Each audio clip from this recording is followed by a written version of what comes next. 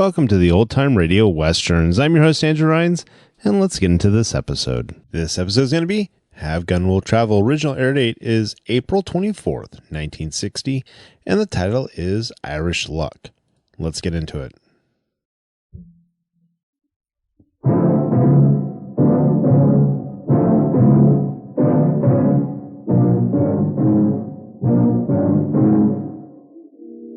You have me confused, Lieutenant.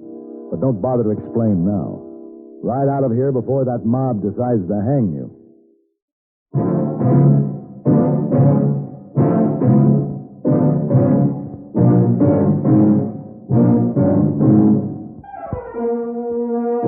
Have Gun Will Travel.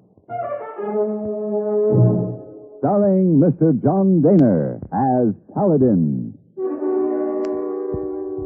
San Francisco, 1875. The Carlton Hotel, headquarters of a man called Paladin.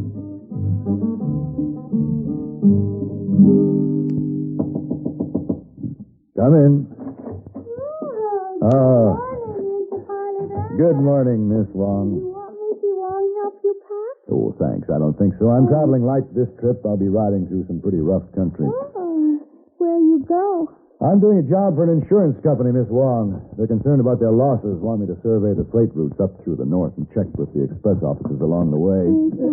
Yeah, that does it. Hey, boy told me that you and he were going out in the town last night. Oh, Isa. Hey, boy, take Missy Wong to see very fine stage play. What did you see? Oh, my. There was a little girl named Topsy. Oh, Topsy, yes. Topsy, yes. A little girl named Eva. Yes? A nice old man named Mr. Uncle Tom. Mr. Uncle Tom. Mr. Uncle Tom, Isa. You know what, Mr. Paladin? Poor Mr. Uncle Tom, I understand, Miss Wong. A little girl named Eva, Oh, Mr. Paladin, we have such a good time.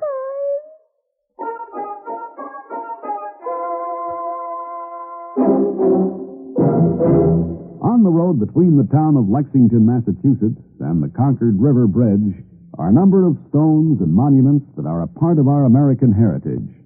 In the spring of 1775, the Minutemen of New England brought together a supply of stores and munitions in the small village of Concord. The Provincial Congress had voted for the stockpile for defense only, but British General Gage regarded the collected munitions and stores as potentially dangerous to King George's troops. On April 19, 1775, Gage dispatched a force under Major Pitcairn to capture the stockpile. The route of the British troops took them through the town of Lexington, which had been alerted by Paul Revere and others. At Lexington, the British were met by a small American force, and a skirmish ensued on Village Green. The American Revolution had begun. Their superior numbers allowed the British to continue their advance toward Concord, but William Prescott, who had ridden with Paul Revere, carried a warning of their approach. Pitcairn's British regulars moved into Concord and occupied north and south bridges, while a small group of Minutemen waited across the river for reinforcements. When help for the Colonials arrived from nearby towns, the British were forced to withdraw across North Bridge. Here shots were exchanged, and the British were forced into a retreat. The retreat soon became a disorderly rout as Minutemen fired on Pitcairn's men from behind walls, houses, and barns. The Colonials had won the day. Today, the brave actions of the American fighting men at Lexington and Concord are marked by many monuments, including the famous statue of the Minuteman. Some of the original landmarks are still preserved. The monuments at Lexington and Concord remind us of the rich heritage that as Americans we share and stand ready to defend.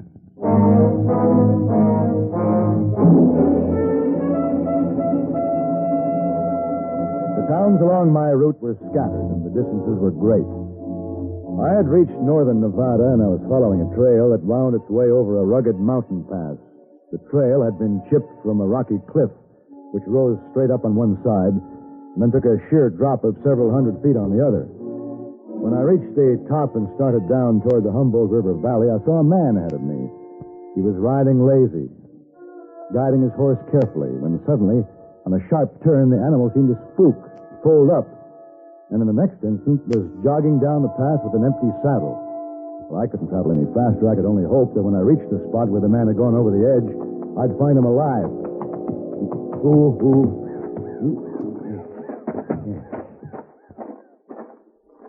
Hey, down there. Can you hear me?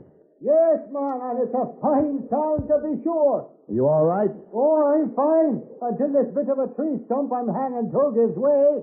You got any kind of foothold down there? Some. I've got a rope up here. Hold on, I'll get it to you. Oh, that's fine, sir. Now. Easy, boy. Now stand. All right. Here she goes. You got it? I got it. I tied it around your waist. Yes, sir. Let me know when you're ready. I'll start hauling. Yes, I'm trying. Good. Ah, there. Ready now. All right. Here we go. Now hold it, man. What? What's the trouble? Why, would you give us a bit of slack on that rope, will you now? It's the present for Katie. What's that? Katie's present that fell out in my pocket. I can reach it if you give me a bit of slack. How's that? Oh, that's fine, sir. Hey, pull away, my hearty.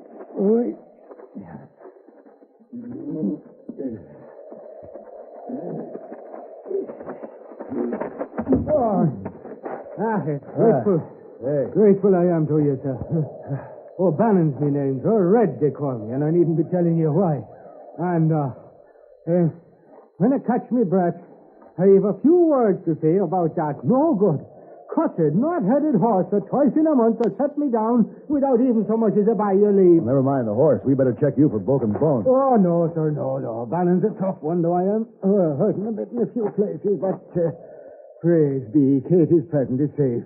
Katie's present? Would you be after knowing what day this is, sir? Oh, yes, it's Thursday. That's right, in March the 17th, and that, of course, is St. Patrick's Day, but more than that, it's the birthday of my darling Katie. Your wife? Yes, sir. Like a man, I'm afraid I was after forgetting the occasion, until Katie, like a woman, dropped a hint here and there, so I had to saddle up and ride into town to buy her a gewgaw. Well, we better get started down the trail. You go ride my horse and I'll walk. Oh, now, a fine thing that'd be. To thank a man for saving me life by taking the horse out from under him. No, sir, O'Bannon will walk. A good walk will take kinks out of me.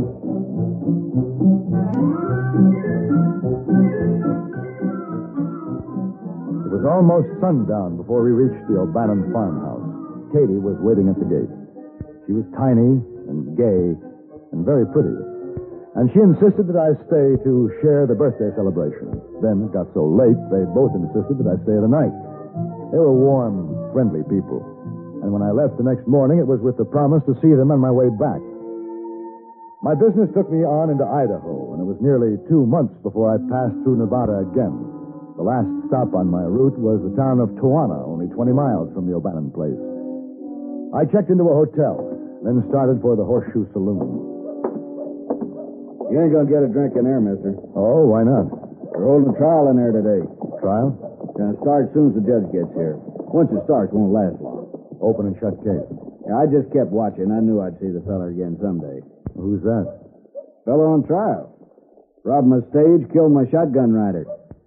I got a good look at him. I knew I'd spot him again, and I did. Over in Lander County. Sheriff brought him in. You gonna visit the trial? No, I have business at the freight office. Just thought I'd have a drink first. We'll fix him. Dirty killer. A fellow named O'Bannon. O'Bannon? Know him?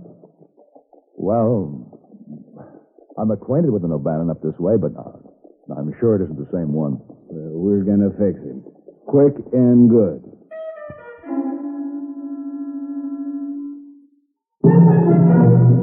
About 10 miles north of Springfield, Massachusetts, and 5 miles northeast of Chicopee is Westover Air Force Base, headquarters for the 8th Air Force. The field was named after Oscar Westover, who was Chief of the Air Corps from 1935 until his death in 1938.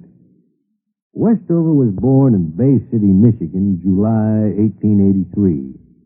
He entered the Army as a private in 1901 and graduated from West Point in 1906.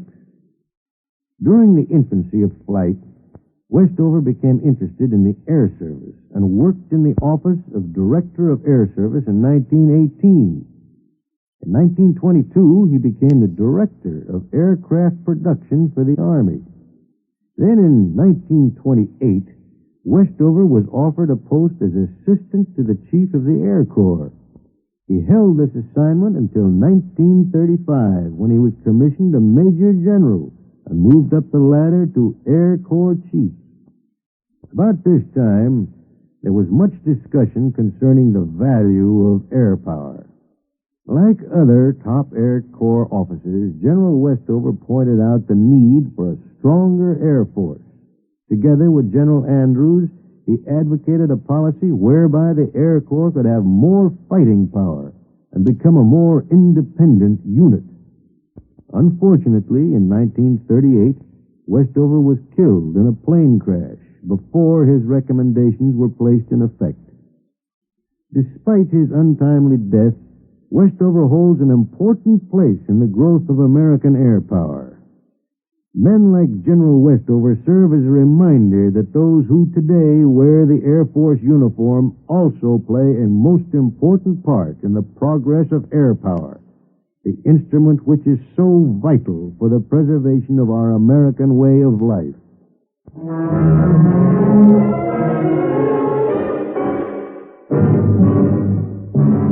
I had started down the street to the Tijuana freight office when I saw the sheriff bringing the prisoner from the jail. It was hard to believe. But the O'Bannon on trial was my red-haired friend of the mountain trail. He didn't glance in my direction. But I decided to postpone my business and visit the trial after all. What the court convened in the Horseshoe Saloon lacked in formality, it made up for in its obvious zeal to fix him quick and good. Circuit Judge Charlie Cagle called the court to order, and Wes Barker took the stand. Do you swear to tell the truth, the whole truth, nothing but the truth, so help you God? I do. Sit down. Well, there he sits, Judge. Right there. Now, please, Mr. Barker, not so fast. I want you to tell us just what happened. Well, the coach wasn't running just on schedule that day. We didn't have no passengers, but we had some important freight to carry. Valuable freight? Gold. The shipment wasn't ready on our regular time to leave, so we waited for it. And when was this? Oh, 2 months ago. You remember what day exactly? Sure. It was March 17th. We just got a ways out of town, about sundown it was, when this man right here, he busts out in the road and flags us down and yells, "This is a holdup." He got a gun right in my face. Now, Joe Pinelli rode shotgun with me for 6 years. He knew when to throw down on a holdup man, when not to. Joe didn't throw down on this fella, but he plugged him anyway. Got a shot off at me, too, but he just nicked me. He took the gold? What he could carry. And I got a good look at him. And last month, when I seen him over in Lander County, I recognized him and told the sheriff. That's him sitting right there. Mm-hmm. Yeah, I guess that'll be all, Mr. Parker. Judge Cagle, Your Honor. Yes. Say, don't I know you? I think so. My name is Paladin. Sure. Now, what can I do for you, Mr. Paladin? I'd like to be sworn in, Your Honor. A man's life is at stake here, and I just don't understand it. There's something terribly wrong. Well, come on up here. Thank you. All right, let's keep it quiet now. You swear to tell the truth, the whole truth, nothing but the truth, so help you God? I do. Sit down. Judge, if this murder and holdup occurred on March 17th, about sundown, the man sitting here, O'Bannon, can't be guilty. Quiet down. Let's keep order. Why do you say that? Because I was with O'Bannon on March 17th, at that time. And he was over 40 miles from here. Let's have order, please. Well, now, you better tell us the whole story. Start from the beginning, Mr. Paladin.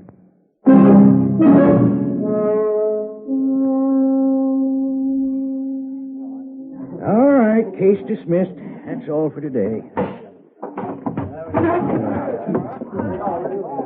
Mister? Yeah. I can't figure what your game is, but you sure didn't make yourself any friends here. Look, I'm sorry, Barker. I told the truth. Yeah. You might have put a reasonable doubt in the judge's mind, but I know better. You said yourself it was almost sundown when the holdup occurred, and it must have all happened pretty fast. You could be mistaken, you know. No mistake. I saw O'Bannon kill my shotgun rider. Joe had a lot of friends. If the law ain't going to take care of the man that murdered him, maybe his friends will have to. That's mighty careless talk, Barker. Look at that. Sheriff's turning him loose. That dirty killer walking out of town a free man when he ought to be hanging on the end of a rope right now. And we can thank you for butting in with your big lying mouth. I didn't lie. I know better. Now, like I say, I don't know what your game is, but it ain't over yet. Here comes your friend. He ain't seen the last of this, you can tell him. Hey, O'Bannon. Oh, hello, friend. O'Bannon, you better get out of here. Well, thanks, and what do I owe you? What do you mean? Well, one good turn deserves another. What can I do for you? What do you want? Well, I don't want anything. I had to tell the truth. Truth? Mister, you never saw me before in your life, and you know it. Listen, if it's some sort of a joke, I don't appreciate it, and I'm afraid this is no time for questions and answers. These people watching us, they're in an ugly mood. They don't waste any love on me, do they? They're dangerous. I've seen it happen too many times. You better get out of town as fast as you can. Oh, but I intend to. I have my plans all made. And thanks again, friend, for your pretty lies. You have me real confused, O'Bannon. But I'll expect some answers for this, and they better be good. I'll ride out to your place tomorrow. My place? All right, just get going, O'Bannon. Oh, sure. Oh, Paladin. What? You'll find me at North Fork.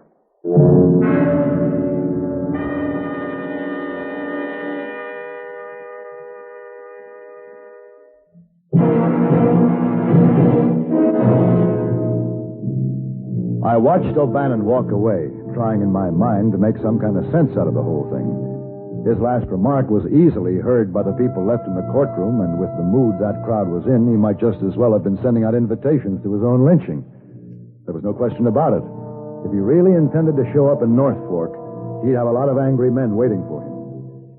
As soon as I had finished my business the next day, I headed out of town in the direction of the O'Bannon farmhouse. I wanted to see Katie. As I rode up to the house, I noticed a winded, lathered horse, ground-tied in the front yard. Ooh.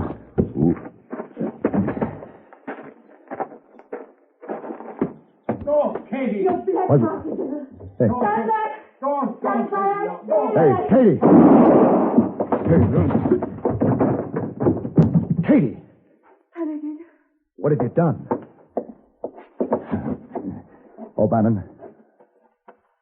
O'Bannon. He's dead. God have mercy on me. Give me the gun. It had to be done. I don't understand this, Katie. Your own husband. No, not my husband, not Red. It is Liam O'Bannon lies there. Liam. Born of the same mother within the same hour. And on the outside, as alike as two peas in a pod, my man and Liam. But inside, one is black and one is white. Oh, wait a minute, Katie. You mean this man is your husband's twin brother? Yes. But my O'Bannon is the daylight. And this one, the dark, possessed of the evil ones he was. I knew it then, when the two came courting and it was Red I chose to marry. What was Liam doing here? It was after forcing me to leave this place with him. With wicked words of how he had sent my O'Bannon riding off to his death. Off to it. Katie, where's Red? Gone to answer the call of Liam, as he always has, should Liam so much as crook his little finger. One of Liam's rogues that traveled with him came early this morning with a message. What was the message? That Red should ride to North Fork. North Fork? And wait until Liam should meet him there. But Liam came here instead to take me off with him. Katie, it just might be that Red is riding to his death. How long ago did he start? Some time now. I'll have to go after him. Katie, will you get me a blanket? Oh, yes. I'm afraid Liam must ride with me.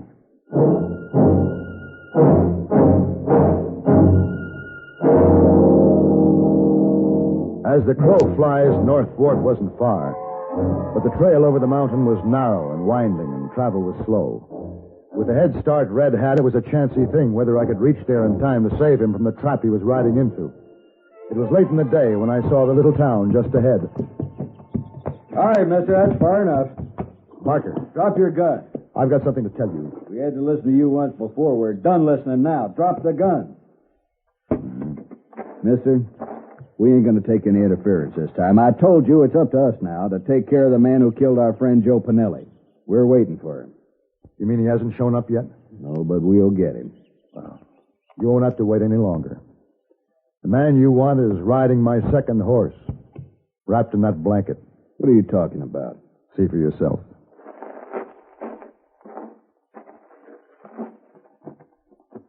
Jim, all right. What happened? Doesn't matter. The death of your friend Joe Pinelli has been avenged, Barker. An eye for an eye. That's what you wanted, isn't it? So now I trust you'll give Liam O'Bannon a suitable burial. Then I started back down the mountain trail. Whatever had delayed Red O'Bannon's trip to North Fork had saved his life. But I became more and more concerned as to what had happened to him. I reached the end of the rocky ledge, and there, off to the right, in a grassy meadow, was a horse that looked somehow familiar. He was nibbling grass and wearing an empty saddle. I turned around and went back up the trail. Hey, Red! Red O'Bannon! Hey! Hey, Red! Like the voice of an angel. Oh. Red? Yes. Red, you all right? For the time being. Yeah, Paladin. Yeah. That's no good. Cussed, not-headed horse. He did it again. Yeah, well, you can be mighty grateful to that no-good, cussed, not-headed horse. What's that? Never mind. I'll get the rope.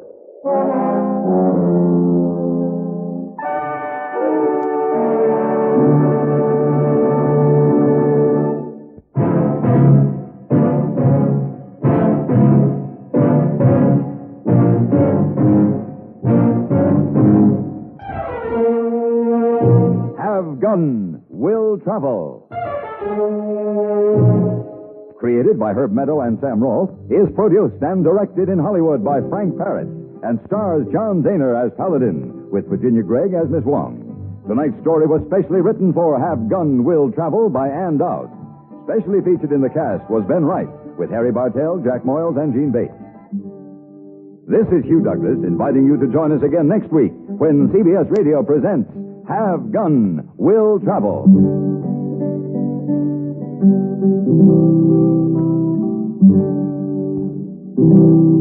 Have Gun Will Travel is brought to you through the worldwide facilities of the Armed Forces Radio and Television Service.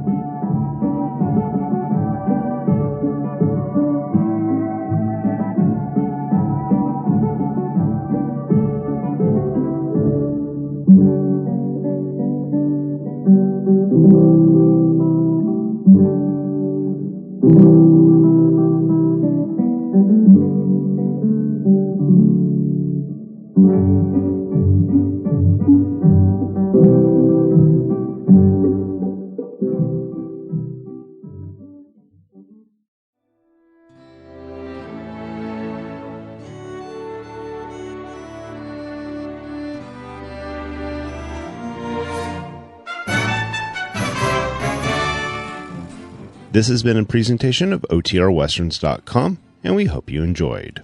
Please take some time to like and rate our shows in your favorite podcast application. Follow us on Facebook by going to OTRWesterns.com/Facebook. Subscribe to our YouTube channel by going to OTRWesterns.com/YouTube. And send us an email, podcast@OTRWesterns.com. You can call and leave us a voicemail, 707-986-8739.